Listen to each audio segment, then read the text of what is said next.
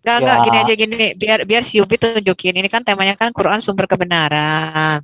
Nah, tadi kan kita belum menemukan hidayah nih.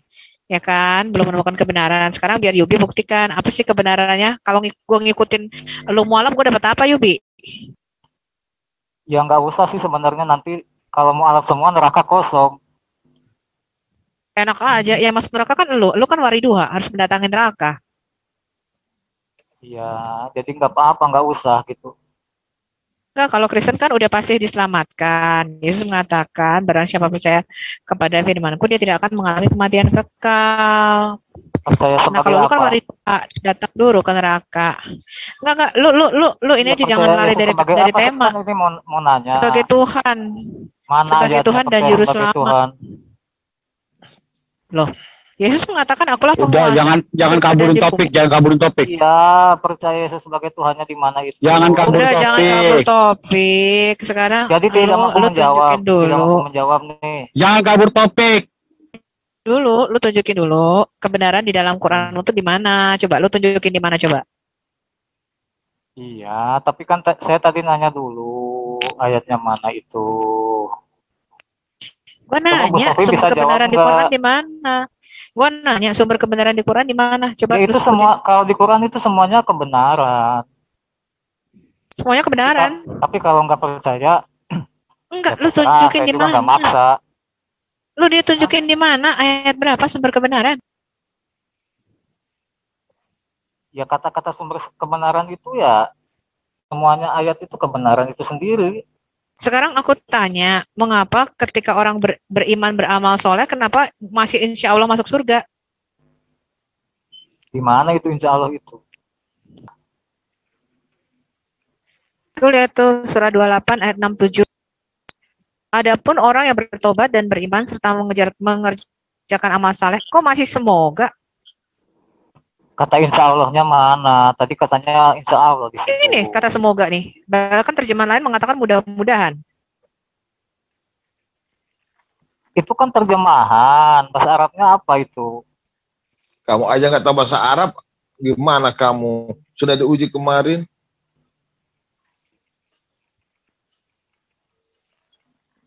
Ya Nah, sekarang ini loh tadi Pak Dani mengatakan atau gini-gini atau aku kasih kamu Pak Dani punya pernyataan ya bahwa orang muslim itu tidak yakin masuk surga. Sekarang kamu jelasin ayat ini nih. Kenapa masih mudah-mudahan? ya sekarang biar untuk paham ayat itu silahkan dibuka tafsirnya.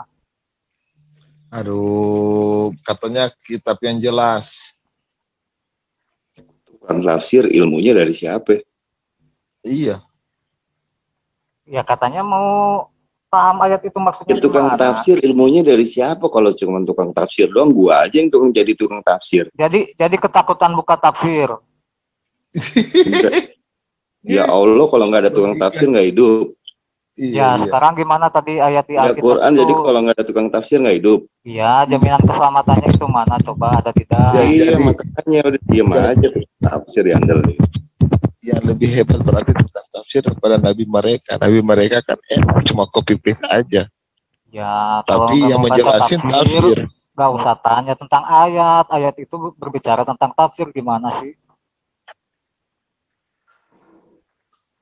Gimana Bu Sofi bisa jawab nggak tadi saya tanya itu? Saya kan mau cari pencerahan di sini. Tanya apa sih, Bi?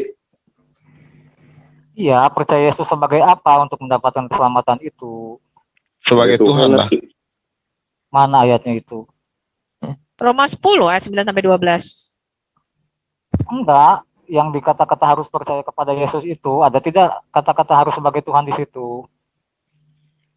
Harus, itu kan Injil. Injil itu kalau kamu percaya Yesus Tuhan, Yesus mati bagi dosa-dosamu, pada hari ketiga dia bangkit, itu Injil. Jadi begini ya, toh. Ayatnya yang mana? Ayubi, kalau percaya Yesus sebagai sebagai Roma nabi. 10 ayat 9 sampai 12. 1 Korintus 15 ayat 1 sampai 5.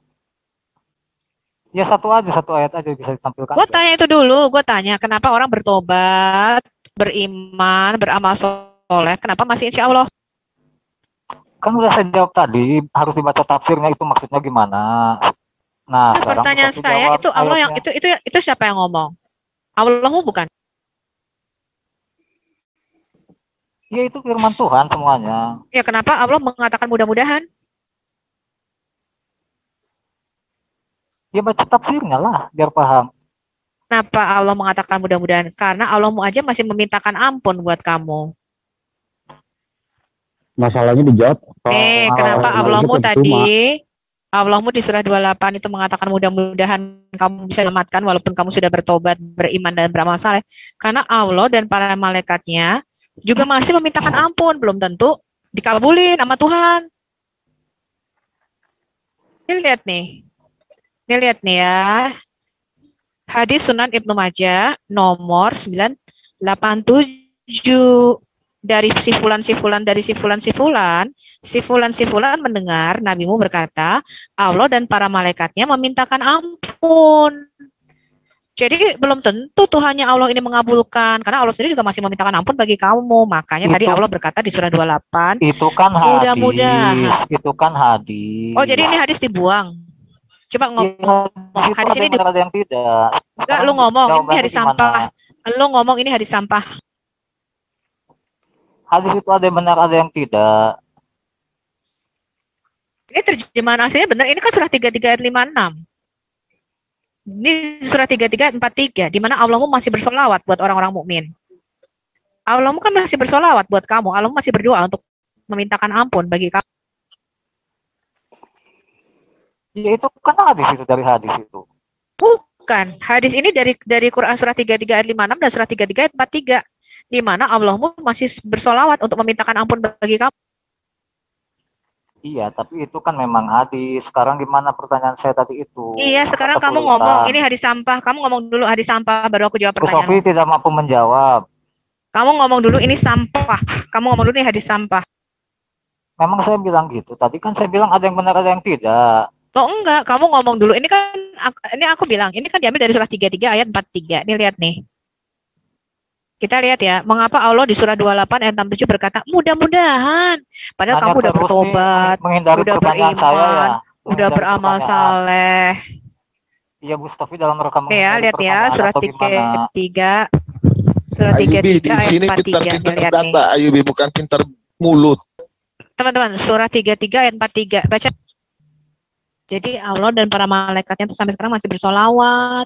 Iya, Dia bersolawat untuk nabimu dan bersolawat untuk orang-orang mukmin. Makanya belum tentu kepastian itu ya, makanya kamu nggak bisa selamat masuk neraka loh. Ya terserah. Sekarang jawaban pertanyaan saya ayatnya mana tadi? Oke, lihat ya, kamu itu harus diwajibkan mendatangi neraka. Wariduha. Dan tidak ada seorang pun daripadamu melainkan mendatangi neraka itu. Hal itu bagi Tuhanmu adalah suatu kemestian yang sudah ditetapkan. Iya, gimana tadi ayatnya Bu Sofi bisa jawab tidak? Bisa tunjukkan tidak ayatnya mana? Kamu bilang dulu, saya keluar dan murtad dari Islam. Baru saya jawab pertanyaan kamu. Harus tunggu sampai tahun depan nih. Kamu bilang dulu, saya murtad dari Islam. Baru saya jawab pertanyaan kamu. Ya gimana mau murtad? Orang saya nanya aja nggak dijawab. Buat apa saya melempar mutiara ke mulut babi? Jadi tidak mampu menjawab.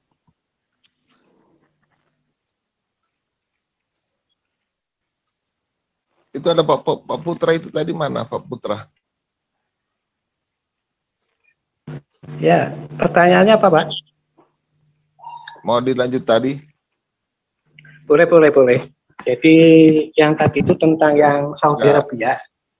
Enggak, sekarang tadi sudah terlalu banyak yang ditanya tadi ini barusan. Apakah Islam itu sudah pasti masuk surga? Coba dijawab. Jadi tadi kalau dijamin masuk surga itu tergantung dari amalannya, Pak. Jadi orang dengan hanya bersyahadat saja kemudian meninggal itu bisa langsung masuk surga. Itu jaminannya juga ada. Jadi semuanya itu tergantung dari amalan. Kenapa itu tergantung dari amalan? Karena memang tujuan Islam itu adalah umatnya itu harus punya peran di dalam dunia. Atas hasil kontribusi di dunia itulah kemudian Allah menjadikan saya tanya lebih detail aja. Apakah saya tidak masuk surga enggak? Kalau Bapak bersyahadat itu masuk surga. Asal jangan melakukan perbuatan-perbuatan jahat. Ngomong siapa, Pak? Yang ngomong kayak begitu Allah apa bukan? Ini Apa ya Allah lah. Allah ini saya kasih linknya. Saya kasih linknya. Ini saya kasih linknya. Jadi di Islam itu masuk surga itu gampang sekali. Bapak tuh jangan pakai link, Pak. Pakai ayat Quran. Mana Karena dikatakan ada. mengucapkan gini. Yang saya minta tadi Bapak mengatakan mengucapkan syahadat masuk surga. Itu Quran ayat berapa, surah berapa? Sebutkan. Ya. La ilaha illallah yadkhulul jannah gitu ya. Ucapan terakhir umat Islam la ilaha illallah. Ucapan terakhir bagi manusia mengucapkan dalam manusia kalau mengucapkan la ilaha illallah di akhir hayatnya dijamin masuk surga. Itu ada. Jadi kalau dia udah Islam, dia mati lupa nyebut juga nggak masuk dong. Kayak yang mana, Pak? Kita gitu, tapi kayak kita langsung ke jantungan gitu. Nggak masuk kan mau kita kan. Nah, kan itu dihitung mati. Dihitung sebelum dia sakit jantung, apakah dia berbuat jahat atau tidak. Tapi sebenarnya di Islam jahat lah, Pak. Dia menghina Kristen, Pak. Dia kan menghina, dia ngebohongin. Siapa itu? Saya tanya, Pak. Kalau orang masuk Islam tidak menyekutukan Allah, tapi dia berzina dan mencuri, masuk surga nggak? Itu ada dua ulama yang mengatakan asal dia sudah dihukum di dunianya, maka tidak dihukum lagi di akhirat. Apabila dia mati bukan dihukum. Pertanyaan masuk surga ya itu. Jawabannya begitu. Jawabannya saya mau tanya lagi ke Ibu, apakah sudah dihukum di dunia belum? Jangankan dihukum di dunia, Pak. Orang berzina, pencuri, pemburit dan semua itu nggak akan bakal masuk ke dalam kerajaan surganya Kristen. Nah, karena itulah di dalam Islam dia belum bisa masuk surga sebelum perbuatan zinanya itu dihukum. Nah, sekarang kalau di agama sekarang gini, kita bicara zina, zina itu apa, Pak? Di dunia zina di dunia itu zina apa? Itu perbuatan hubungan seks di luar nikah. Itu zina menurut Islam seperti itu. Seperti misalnya Salome ya gitu. Jadi kenapa di surga dibolehkan berzina dengan puluhan wanita? Urban atroba atau pelacur. Urban atroba itu bentuk jamak dari urub atau pelacur surga. Kenapa di surga boleh berzina dengan pelacur? Saya kalau pemahaman saya ya, surga itu menurut hadis-hadis yang sahih itu belum pernah dirasakan oleh panca indera manusia. Ya. Karena itu banyak cerita-cerita tentang surga yang sekarang ini beredar, ya, seperti ada bidadari di sana, lalu di sana ada susu, ada macam-macam. Itu saya belum bisa mengatakan menjustifikasi itu cerita. Itu kan bukan cerita, itu kan ada di Quran Bapak, surah An-Naba ayat 33. Saya bisa tunjukkan banyak ayat, Bapak dapat bidadari. Bapak jangan ke sana dulu. Bapak mengatakan berzina di dunia nggak boleh. Saya tanya, kenapa Bapak boleh berzina di surga? Bidadari itu ternyata translate di Indonesianya itu dari Sanskerta. Bidadari itu adalah kabar baik artinya. Ternyata itu. Aduh teman-teman. Ya, coba Anda bisa cari. Ya. Coba Anda cari kata bidadari. Jadi Bapak boleh bersetubuh dengan kabar baik? Enggak ada di situ mengatakan ada boleh bersetubuh ya. Kalau saya lihat ya. Oke, adakah kabar baik itu mempunyai vagina yang rapat? Dan buah dada montok? Al-Quran tidak pernah membicarakan hal yang vulgar. Ada surah An-Naba 33, Bapak mau bukti? Nih ya, saya lihat ya, saya lihatkan sama Anda ya. Teman-teman bisa baca, ini adalah Sunan Ibnu Majah nomor 4328. Kenapa Ibnu Majah? Katanya Al-Quran. Coba baca dong, salah satu baca dong. Aduh, kalau mau cari kebenaran, hadis. Ya udah tuh Pak Billy baca, Bas. Kita anak buang dengerin aja. Aku kabur mataku. Ya udah, yang dimasukkan ke dalam surga melainkan Allah Jalla wa akan menikahkan dengan 72 istri dan 2 istri dari bidadari yang 70 dari warisan penduduk neraka. Istrinya penghuni neraka yang masuk surga. Dan tidak seorang dari mereka melainkan memiliki vagina yang rapat dan yang memiliki yang tidak loyo. Nah itu Pak. Ya saya curiga hadis ini, Bapak bisa baca di situ ada kata Fir'aun. Ya, itu ada kata Fir'aun mewarisi istrinya Fir'aun. Itu mana ada? Ajuin penistaan agama. Mana Rasulullah? Ada Pak, Mana ada Pak. Enggak, Ada Pak. nabimu mengatakan kepada Khadijah dia akan mewarisi istri Firaun yaitu Asia dan Nah, Maryam binti itu Imran. udah jelas. Itu udah jelas bukan hal, bukan sahih. Iya, ajuin aja Pak. Udah penistaan Itu di Sirah Nabawiyah. Masa Waduh, mau nambah buset. ya mau apa Bu? Yang namanya hadisnya aja. Ada Fir'aun, ada istri Fir'aun diwarisi, nggak masuk akal gitu. Nggak masuk Mana akal. Firaun, mana? Itu bawahnya itu ada mewarisi istri Fir'aun. Nggak masuk akal itu. Sekarang Bapak cari aja hadis itu apa isinya. Enggak Pak. Kalau cari. Bapak itu dari lihat hadis itu ada dua Iya. cara menilainya. Yang pertama adalah materinya. Ya, materinya. Yang kedua adalah Kalau hukum materi- formanya. Kalau materinya enak didengar berarti benar ya. Kalau materinya Kalau materinya itu terlalu materinya terlalu memalukan, begini Pak. berarti salah. Kan SD.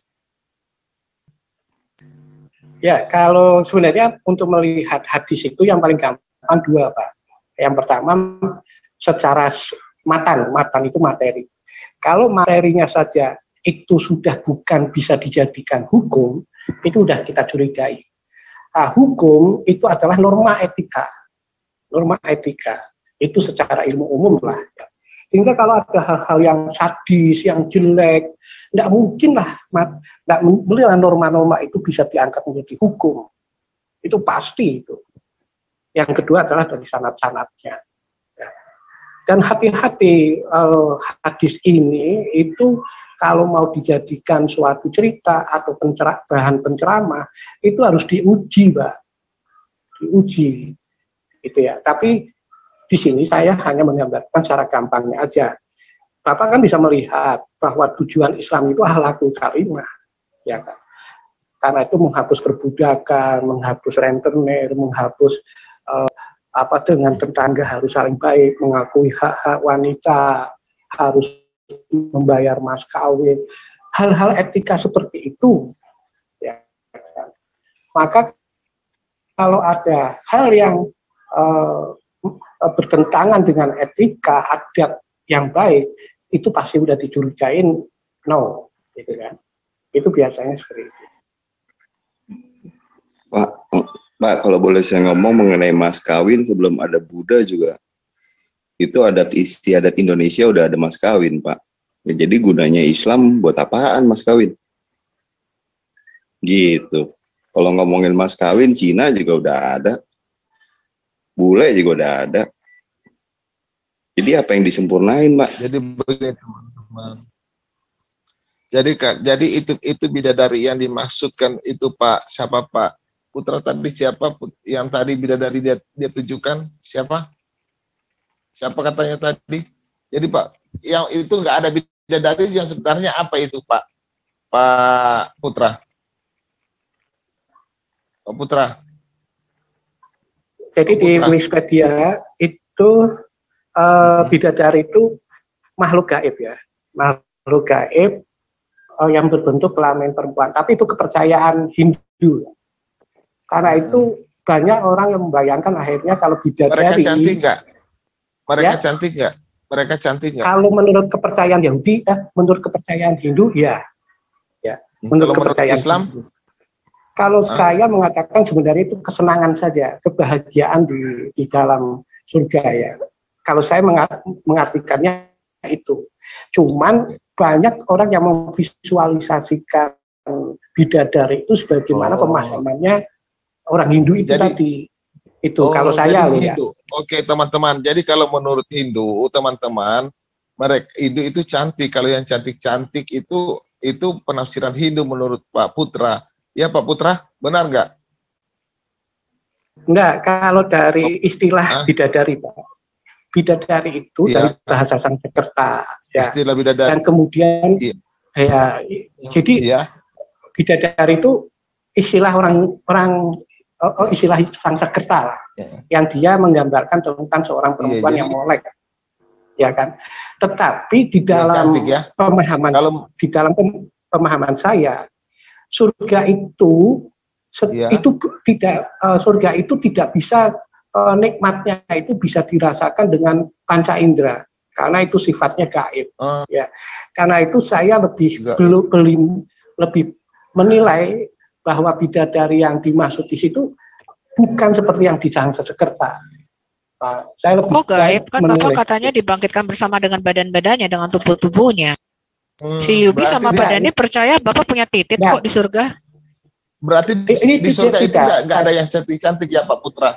Sabar-sabar dulu Pak Putra, di surga itu nggak ada cantik. Jadi begini. Enggak, saya tanya nggak ada bidadari yang cantik. Saya dulu ada bidadari cantik. Begini dulu, saya pemahamannya begini ya. Ada nggak dulu bidadari alam cantik? Dunia dengan saya nggak mau kejebak ke sana.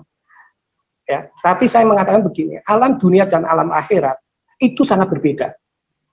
Lalu Rasulullah ditanya, bagaimana minum di surga? Rasulullah mengatakan bahwa apa yang saya minum itu tidak seperti yang kamu rasakan, kelezatannya itu yang seperti kamu rasakan di panca indera kamu. Berarti itu kan di luar jangkauan manusia. Nah, ya Allah, maka si Rasul ngomongnya kapan, Pak? Ya, apa? Enggak, si Rasul ngomongnya di mana? Itu yang minumannya yang dirasakannya beda. Itu di peristiwa Isra Mi'raj itu ya. Iya, tertulis di mana itu? Di mana? Tertulis di mana? Enggak ada. Di mana? Isra Mi'raj itu ada. Di mana? Di mana? Di mana? Mana ayatnya? Di mana? Ya, di mana? Di Sahih enggak? Periwayatannya jelas enggak? Periwayatannya jelas enggak? Kita balik dulu topik. Jadi menurut Pak Putra begini ya, kita balik ke topik. Kalau yang cantik, kalau bidadari cantik itu, kalau di dalam pemahaman Hindu, bidadari cantik artinya ada garis yang cantik. Begitu kan pemahaman Hindu? Begitu kan Pak Putra? Betul. Oke. Jadi ini yang saya akan baca pemahaman Hindu. Bidadari aja. Apa itu bidadari? Yang lebar dan indah. Ya, itu dan kan ada yang cantik dengan mata yang lebar dan indah, dan yang murni dan indah, dan akan ada gadis-gadis cantik dengan mata lebar dan indah. Berarti ini pemahaman Hindu, brother. Ya, jadi kalau bidadari digambarkan oleh Pak Putra, begini, benar nggak ini? Benar nggak ini pemahaman Hindu? Kalau saya mengatakan itu benar. Kalau itu mengatakan dari alih bahasa, maksud apa itu arti bidadari? Sebagai di Wismedia, saya mengatakan bidadari dalam artian penerjemahannya Sanskerta seperti itu. Oh, berarti yang ini dia pemahaman Hindu ya? Yang ditulis ini adalah pemahaman Hindu? Enggak Pak, begini maksud saya. Bidadari itu dari bahasa Sanskerta. Iya enggak. Jadi apa yang dimaksud Sanskerta lebih jelas ya? Jadi apa yang dimaksud dengan karena Al-Quran diturunkan dalam bahasa Arab ya, agar mudah dimengerti. Sekarang saya tanya, ingat itu ya konsepnya. Sekarang saya tanya, terus kata ini dan berarti Islam nyontek Hindu dong? Iya. Tidak, begini maksud saya. Jadi banyak orang yang menerjemahkan bidadari yang ada di dalam Islam itu divisualisasikan seperti perempuan. Sedangkan surga. Oh, padahal banci. Sebenarnya surga itu kenikmatannya belum pernah manusia rasakan. Iya, kita bicara ini bidadari, fokus. Ya. Jadi ini pengajaran Hindu ya. Oke. Menurut Pak Putra ini pengajaran Hindu, padahal ini saya ambil dari surat. Karena itu mungkin penerjemahnya itu mengatakan translate bidadari surat 56 ayat 22. Oke. Jadi begini, menurut Khalifah, menurut ini surat 56 ayat 22, menurut Khalifah teman-teman yang cantik, menurut Pikhal dan ada yang cantik dengan mata yang lebar dan indah, dan menurut Sakir dan yang murni dan indah. Ini 5 penerjemahan lo disalahkan oleh Pak Putra. Hebat nggak Pak Putra? Tidak menurut Pak Putra cenderung- apa? saya lebih cenderung yang membuat keindahan mata. Kalau saya lebih cenderung itu. Kalau saya lebih cenderung. Bapak Jadi bisa tafsir sendiri, Pak. Jadi begini. Jadi Bapak jangan Saya jadi, sering Bapak harusnya salah sih lahirnya sekarang. Enggak, saya Bapak sering harusnya Pak, saya lahirnya sering zaman Muhammad. memberikan ceramah juga. Saya sering memberikan ceramah Ya juga. nggak cocok, Pak. Iya. Nggak cocok karena Bapak juga bacanya dari sono-sono Jangan juga. Anda Bapak mengarah. jangan Anda memvisualkan Beda. begini. Yang saya mendengar sering- Bapak itu nggak pintar seperti kita. Kita ini orang pintar, jadi nggak bisa Bapak bohongi. Sedangkan yang Bapak bicarakan Enggak, itu kan orang-orang yang kan nggak tadi pintar. dari- Sorry Pak, beda. Gini. Beda kualitas. Enggak Pak, dari istilah-istilah tadi kan tadi bidadari menurut Khalifah, bidadari menurut ini, bidadari menurut ini. Sehingga pengertian bidadari saja itu belum satu pendapat. Ya. Kemudian visual manusia. Enggak, Udah kita 15 lagi abad masih nggak satu pendapat, Pak. Katanya ada tafsir. Udah 15 abad Iya. Islam masih nggak satu Katanya pendapat. jelas. Katanya Iya. jelas. Katanya jelas. Udah 15 abad tuh, Kalau Pak. saya pemahaman Orang surga, abad 21. kalau saya pemahaman surga itu tidak bisa diperkirakan oleh manusia yang masih hidup. Kalau gitu ya si Muhammad bohong. Gampang kan, Pak? Iya. Muhammad bohong kalau Ya gitu. terserah, itu kesimpulan. Enggak, Itu bukan Kalau saya kesimpulan, itu mengatakan kesimpulan bahwa- Bapak. enggak. Kalau saya kan mengatakan begini, surga itu ada sesuatu keindahan yang Begini tidak aja. boleh dirasakan Aja oleh begini, manusia. Pak. Muhammad aja. Pak Putra, Enggak. demo aja, demo Pak Putra, demo Ya, penistaan, karena penistaan. translate-nya ini penistaan Pak, penistaan demo, Iya, Pak. Kan biasa Itu aja. rajin, Pak. demo. Oke, Mr. H, silakan bicara Mr. H. Mr. H, Ya, selamat sore semuanya. selamat sore. Oke, Bos. Ya, tadi saya dengerin Pak Putra. Saya udah ikutin Pak Putra ini berapa kali gitu ya. Tapi argumentasinya sama sih sebetulnya, konsisten dia. Konsistennya adalah memang Pak Putra ini ya, kalau menurut saya, Pak Putra sudah bukan lagi Islam, tapi sudah jadi Hindu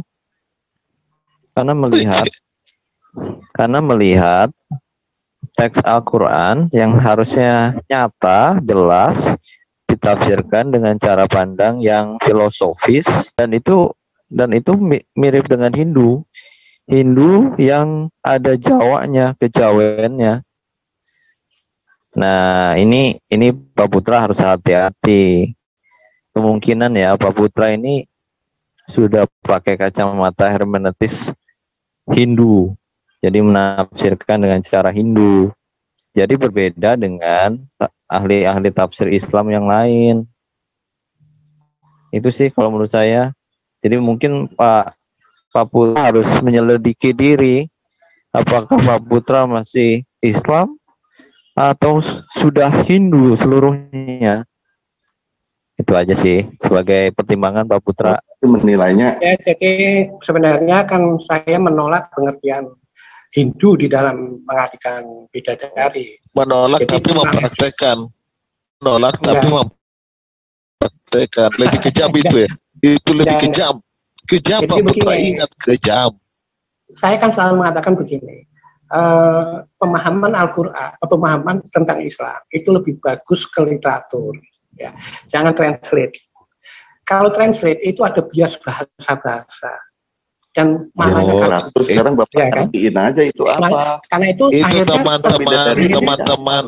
Jadi akhirnya sudah terjauh. dengar, menurut Pak Putra jangan ditranslate.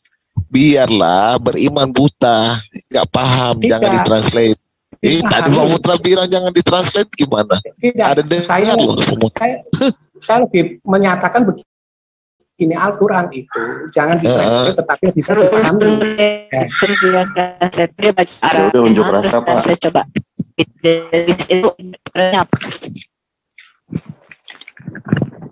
Udah dibilang unjuk Bu, rasa sih, Bapak. Bu Sofi putus-putus suaranya robot, nggak jelas.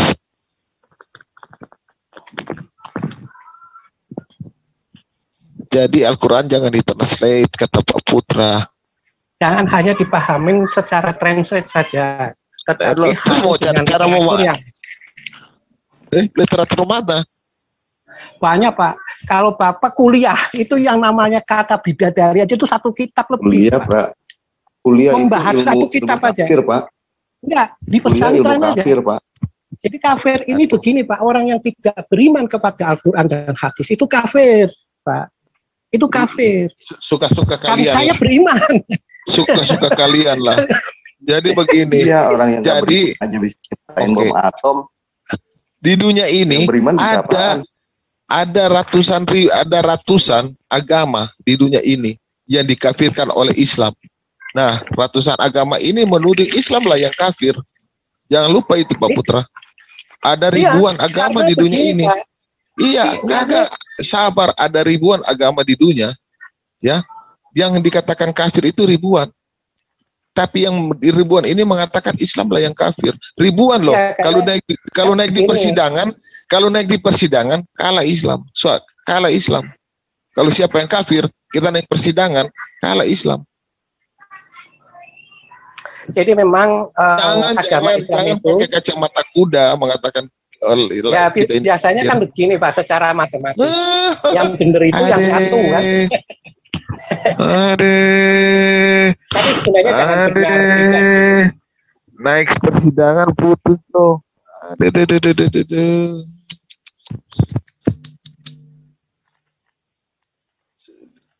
Gitu Pak Putra. Sudahlah Pak Putra. Jangan kau tafsir-tafsir. Kami jadi curiga. Kau ini Hindu.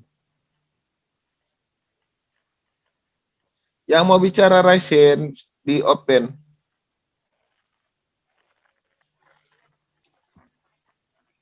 Masa 72 beberapa ustadz yang mengatakan kerjanya pecah-pecahkan perawan 72. Ada yang bilang pesta seks. Baru sekarang di sini ditantang oleh Pak Putra. Gimana sih Pak Putra? Enggak sih, saya ikut kajian Kiai Kampung juga. Iya. Mana lebih cerdas kampung atau ustadz-ustadz yang sudah keluar di TV loh? Sampai keluar di YouTube ya. Loh. Apa?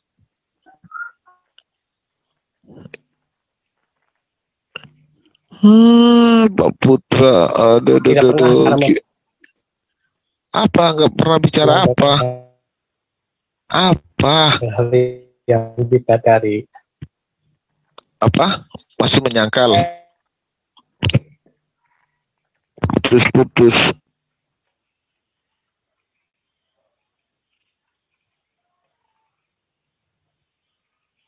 Berpendidikan. Saya ya mau bicara Rasen. Aduh, Pak Wang. Sudah Pak Wang, sudah di takutnya berisik. Bos Billy angkat. Ya, Bos. Gimana, Bos? Enggak, saya maksudnya dikasih kokos aja. Takutnya berisik di sini saya bisa nge-mute gitu loh. Minta Pak Petra, Ambon Pak Petra minta kokos katanya Pak Petra. Enggak, kalau saya cuma dari omongan ular beludak.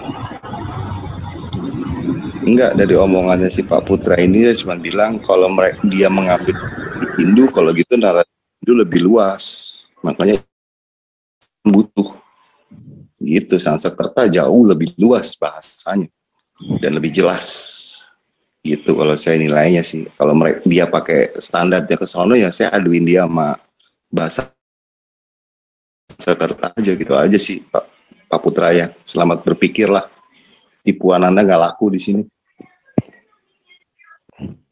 Iya sih Pak Putra, gimana sih Pak Putra mau bohongi kita yang pintar-pintar ini? Aduh Pak Putra ini gimana sih? Lihat-lihat orang lah Pak Putra. Masa kita yang pintar-pintar Pak Putra mau bohongi?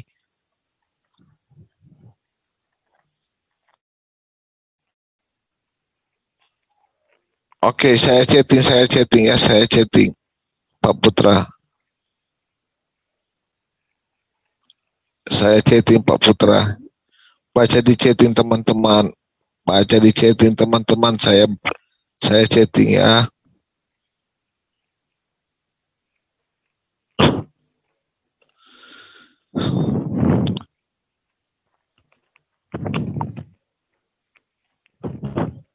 Pak Putra, yang di chattingan ini benar nggak Pak Putra?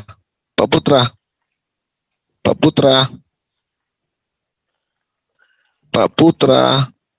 Menurut Al-Tirmizi, seorang syahid memiliki 7 nikmat khusus dari alam mereka.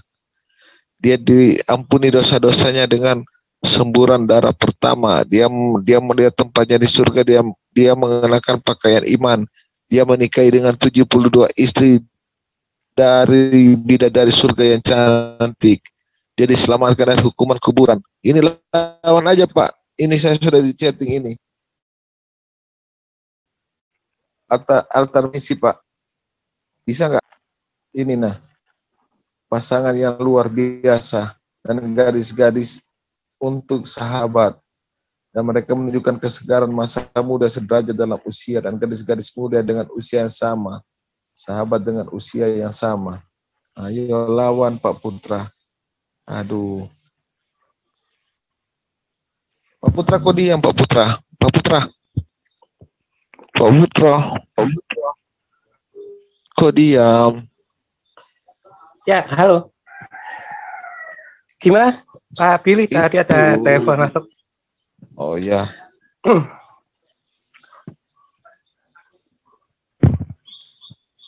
Jadi begitu Pak Putra. Jadi kalau Pak Putra bilang di surga itu enggak ada 72 bidadari itu salah.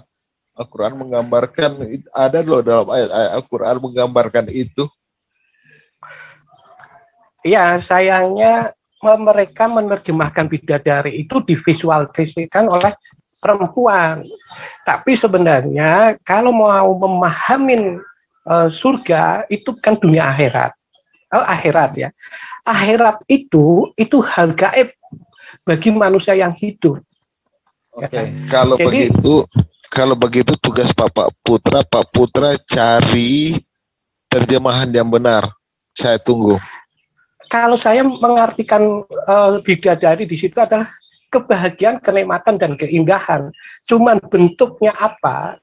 Saya belum berani memvisualisasikan. Iya, ya, 72 bidadari. Itu. Karena kan begini, digambarkan juga misalnya tentang air susu. Oke. Sabar ya. Pak Putra sabar. Saya mau dulu. Ikhwan, open your mic dulu Ikhwan.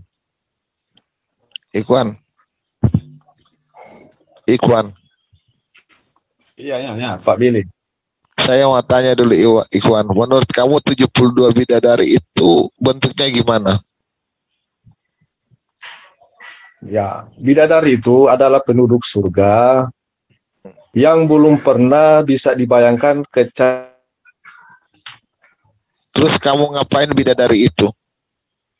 Bidadari itu adalah istri-istri daripada orang-orang muslim yang beriman. Oh, berarti kamu istrikan tentu dipakai ya kan? Oke, ya, jadi begitu ya jelas. Jelas. Tentu saja istri itu. Kalau ada muslim yang mengatakan tidak begitu, menurut kamu itu dia muslim yang pintar atau muslim yang tidak pintar? Ya, bukan pintar, bukan tidak pintar, tapi mungkin dia belajar belum sampai ke sana. Aduh, Pak Putra belum belajar sampai di sana, udah ngomong dengan saya, rugi dong saya buang-buang waktu sama Pak Putra. Ya, yang jadi persoalan itu apa? Apa yang tidak membaca filosofi ya. Ya, artinya kan begini, yang namanya pendidikan itu kan bertaraf-taraf ya. Kalau yang pendidikannya masih SMA, S1, itu dia hanya formal saja, istilah formal saja. Lalu kemudian dia memahami, dia memahaminya dalam bentuk visual yang dia pahamin gitu ya. Tapi kalau kita S2 itu dia mulai komparatif ya. Dia mengambil pengertian-pengertian dari teori-teori yang lain, itu S2. Maka S3 ya, dia mengambilnya dari segi aspek filosofi. Jadi menurut itu. Pak Putra tadi menurut Pak Putra pernyataan dari Ikhwan benar atau salah? Saya mau tanya, dia masih S berapa? Kamu Ikhwan. Kau lawan dulu S3. Kamu tahu apa Ikhwan? Kan mana Kamu yang belajar. mana itu yang mana ada dasar hukum yang ada syariat atau hadis atau Al-Qur'an yang mengatakan bahwa bidadari adalah istri orang yang di surga. Oke, teman-teman. Jadi gini Pak Ikhwan, Pak Putra, saya cuma mau nanya gini. Jadi sebelum ada Pak Putra, kira-kira Islam pada dibohongin semua dong ya dapat bidadari gitu. Bidadari itu kan bisa berarti keindahan. Oke, kalau saya menilainya adalah keindahan ada vagina, Pak. Di surga bisa. Jadi begini, Pawang Ular, Iya, sabar Pawang Ular.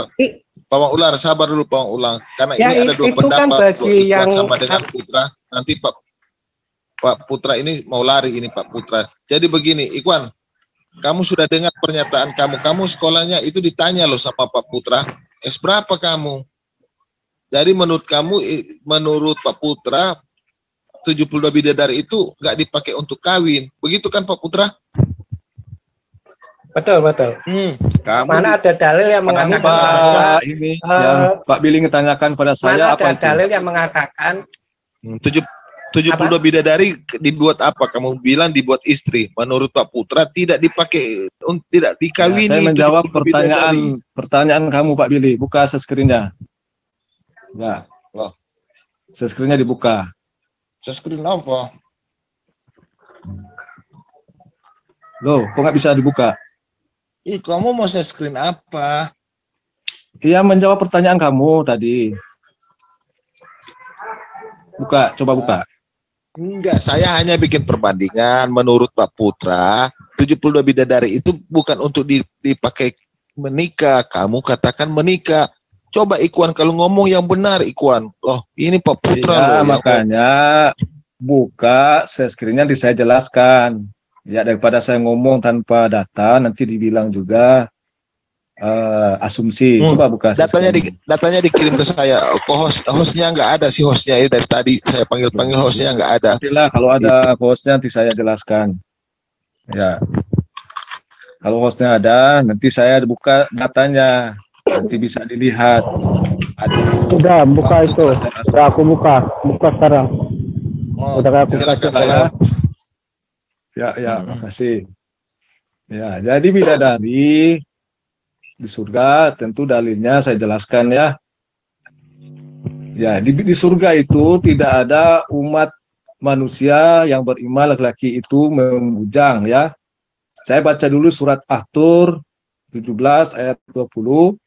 Sesungguhnya orang-orang yang bertakwa berada dalam surga dan kenikmatan, ya, dalam surga dan kenikmatan. Mereka bersukaria dengan apa yang diberikan oleh Tuhan mereka, dan Tuhan mereka memelihara mereka dari azab neraka.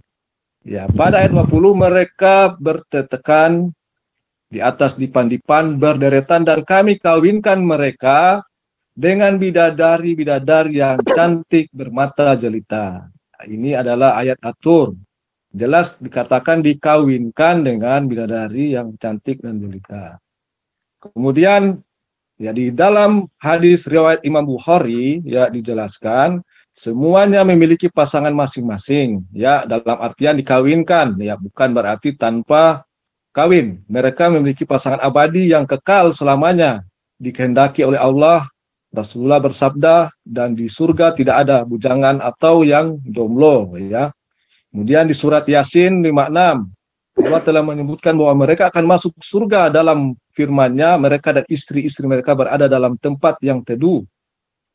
Katakan di atas dipan-dipan. Ya. Kemudian di dalam hadis juga dijelaskan tentang 72 bidadari tadi. Ya, itu memang dikawinkan kepada muslimin yang beriman. Ya, jadi di sana dalam tempat suci tidak ada lagi zina yang sebagaimana diatur dalam syariat di dunia, tapi memang dikawinkan dengan penduduk surga, yaitu bidadari surga. Adapun yang menjadi pertanyaan, bagaimana dengan perempuan muslimah, maka perempuan muslimah tentu akan memperoleh raga yang jauh lebih cantik daripada bidadari surga. Ya, mereka adalah ratu para bidadari surga. Jadi ini dalil ya yang saya tunjukkan tentang bidadari tadi, apalagi 72 bidadari. Ya, saya tunjukkan hadisnya juga. 72 bidadari. Sabar Ikhwan. Biar gak kepanjangan, Ikhwan berarti bidadari. Jadi di sana benar dong. Ya, ini. Perawan itu benar gak? Ya, ini. Tak seorang pun yang Allah masukkan ke dalam surga, kecuali Allah pasangkan, nikahkan dia dengan 72 istri. Ya, bidadari selain istrinya di dunia dahulu. Ini bukan asumsi, bukan menganalisa menurut pemahaman saya, tetapi ini adalah hadis dan Al-Quran. Ya, jelas ya? Terima kasih. Oke, terima kasih Ikhwan. Ini baru data. Jadi begitu Pak Putra. Nah, tadi Pak Ya, Putra kalau saya memahaminya begini, Pak. S1, S2, Kalau saya S3, memahaminya ngapain sih begini. Pak Putra sampai mengomong S1, S2? Aduh, Pak Putra ini. Ya, itu kan bahasa formel ya. Jelas. Itu kan bahasa formel. Yang kedua, saya kan mengatakannya begini. Orang yang masih hidup dunia dan surga, orang yang masih hidup di dunia itu tidak bisa menggambarkan apa yang akan didapat di surga. Itu asas gitu. Maka kalau ada yang mengatakan bahwa kenikmatan dengan bidadari, itu saya belum bisa menggambarkan bahwa kenikmatan itu tidak mesti harus perempuan di sana. Pertanyaan kan begini, bagaimana kalau yang meninggal itu adalah perempuan, di surga perempuan, apakah dia dapat bidadari, apakah dia tidak dapat? Itu kan tidak adil.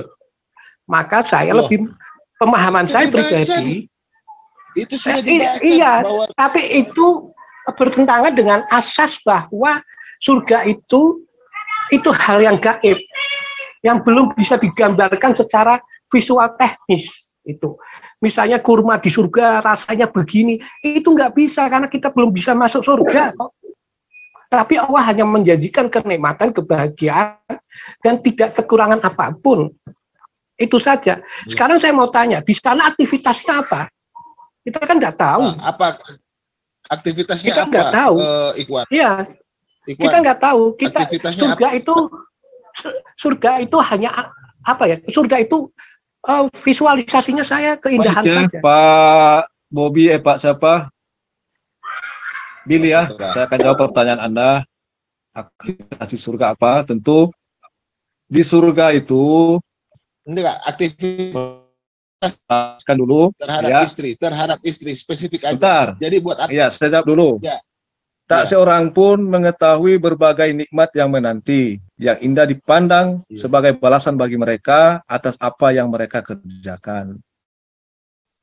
Maksud ini, walaupun disebutkan tadi bidadari surga, tetapi bentuk dan keberadaan bidadari ini ya secara fisik tidak pernah dibayangkan oleh manusia dengan manusia perempuan secantik di dunia. Saya setuju. Cantikannya jauh lebih cantik dan tidak pernah terlihat oleh atau di mata manusia yang masih hidup. Iya, jadi begini. Tidak seorang pun mengetahui nikmat yang menanti ya. Nah, demikian juga ya aktivitasnya di sana ya, hidup dengan keluarga mereka, dengan istri mereka bersenang-senang kekal di surga. Saya nanya, istri 72 bidadari yang dijadikan istri itu kamu apain? Kamu lihat-lihat aja atau kamu seperti istri di dunia ini kamu lakukan? Ya, kita tidak bisa membayangkan. Jadi kehidupan sabar, bentar, saya mau jawab atau gimana ini? Ya, silakan jawab. Ya, jadi kehidupan di surga yang kekal itu, ya manusia tidak kehilangan kodratnya. Di sana juga mereka makan, tentu kebutuhan. Jauhnya, istri itu bukan haram, bukan zina. Tapi berarti nikmat dong. Apalagi kan perawan. Iya, itu kan kenikmatan yang kodrat. Kalau kamu tidak diberikan itu, kamu ngapain di surga? Iya, saya tanya, betul. Kamu di Kristen di surga ngapain? Iya, diam-diam aja, berbakti aja, berdoa aja. Oke, Ikhwan. Surga menurut kamu apakah itu hukuman? Hukuman atau kesenangan? Saya nggak bicara hukuman. Jadi Pak Putra mengatakan bahwa tidak ada perkawinan, di sana ternyata kan ada kenikmatan. Dikerasin dulu suaranya, kurang jelas nih. Iya, jadi kan menurut Pak Putra bahwa di sana itu tidak ada perkawinan menurut Pak Putra. Jadi dia nggak tahu bikin apa istrinya. Tapi untung ada kamu udah jelasin bahwa ada istri di sana buat ya seperti hubungan intim lah seperti di dunia. Apalagi kan Yang saya kita ini katakan laki-laki. bukan ada perkawinan. Saya Terus apa? bukan bisa menggambarkan bentuk kenikmatan yang ada di surga. Iya, kenikmatan. Yang jelas bidadari yang jelas perawan itu enak. Nggak usah di surga itu kita satu ya. Kita nggak tahu apa di surga itu nanti bentuk aktivitas kita dengan bidadarinya. Apa kita kan belum tahu ya? Iya, belum tahu. Tapi yang jelas akan ditiduri 72 bidadari itu yang jelas akan itu merasakan. Kan asumsi Anda. Itu kan asumsi Anda. Tidak ada dijelaskan di dalam Al-Quran bahwa Enggak, jadi begini, Ikhwan. Jadi masalah mau tiduri dengan 2 istri, 3 istri, 70 nggak ada masalah. Itu ada istri yang memang tapi ditiduri kan? Ditiduri kan? Iya, nggak ada masalah. Itu ditiduri. Apa ada ayatnya yang mengatakan bahwa di surga itu meniduri para bidadari? Ya, ada hadisnya ya, Pak ini. Silakan dibaca. Ya. Ada hadisnya. Saya di surga itu perlu kita uji, Pak. Itu perlu kita uji. Di surga itu. Kalau saya lebih kehidupan suami istri itu halal. Ya kan jangan menurut Anda, Pak. Jangan menurut itu ya, tidak boleh. Harus itu kehidupan nas Al-Quran dan ya, hadis. Itu kan begini. Ya, tapi saya mau mengatakan itu menurut Anda suami istri. Iya, kalau mau tanya berhubungan biologis masalah. Iya, nggak ada masalah. Yang bermasalah itu apakah ada yang hadis mengatakan di surga itu kerjanya hanya berhubungan intim? Apa ada? Itu pertanyaan mereka. Itu pertanyaan mereka, Pak. Iya, ada. Kita harus mengakui. Kita boleh menolak hadis. Bapak yakin ada hadis yang setiap hari apakah ada hadis yang setiap hari berhubungan intim dengan bidadari? Mana hadis? Iya, kesibukan penduduk surga memang ngapain lagi? Kita kan sudah final di surga. Kita harus mengakui, tidak boleh menolak hadis. Apakah Bapak mengakui hanya hubungan intim saja di surga itu? Tentu dipertanyakan. Nah, saya mau tanya, apakah Bapak mengakui dan mengimami bahwa di surga itu hanya berhubungan intim? Mana hadisnya? Ya, di surga itu menikmati kehidupan suami istri, menikmati segala apa yang ada di surga. Tapi tidak berhubungan suami surga tidak itu berhubungan terus-menerus setiap hari, tidak berhubungan terus-menerus setiap detik kan? Merawan-merawanin kan? Tidak ada kan? Ya, itu tergantung, tetapi itu ada, tidak boleh ditolak. Mana Bapak mengatakan bahwa ada apa? Ada apa? Ya, kalau hubungan suami istri, kalau hubungan suami istri, iya. Tapi kalau di sana terus-menerus melakukan pemerawanan, saya nggak ada hadisnya itu. Saya lebih cenderung, saya tidak menggambarkan bagaimana nanti di surga. Ya kan? Karena surga dengan dunia itu berbeda cara kenikmatannya. Itu menurut saya.